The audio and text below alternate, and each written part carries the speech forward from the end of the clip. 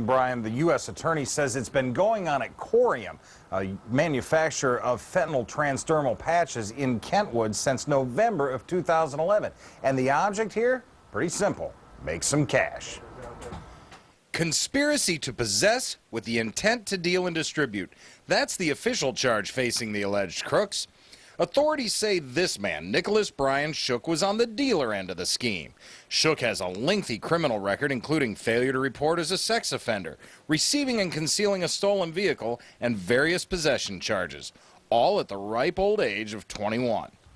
In this indictment, the federal government alleges that while she worked here, Shelly Ann Wolfson had access to large amounts of rejected fentanyl transdermal patches, that she used this access to remove those patches from her employer's property and supply them then to Nicholas Shook, who would sell them on the streets.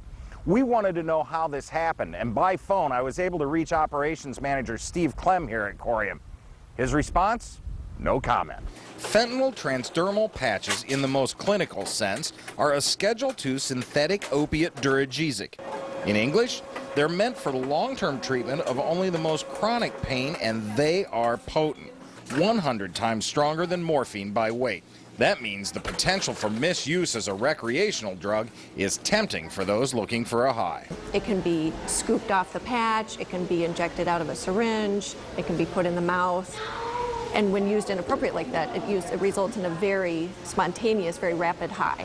Normally, it's very difficult to find exactly this type of fentanyl on the streets, but a lieutenant with the Grand Rapids Police Department tells me that it's been showing up more and more in recent months.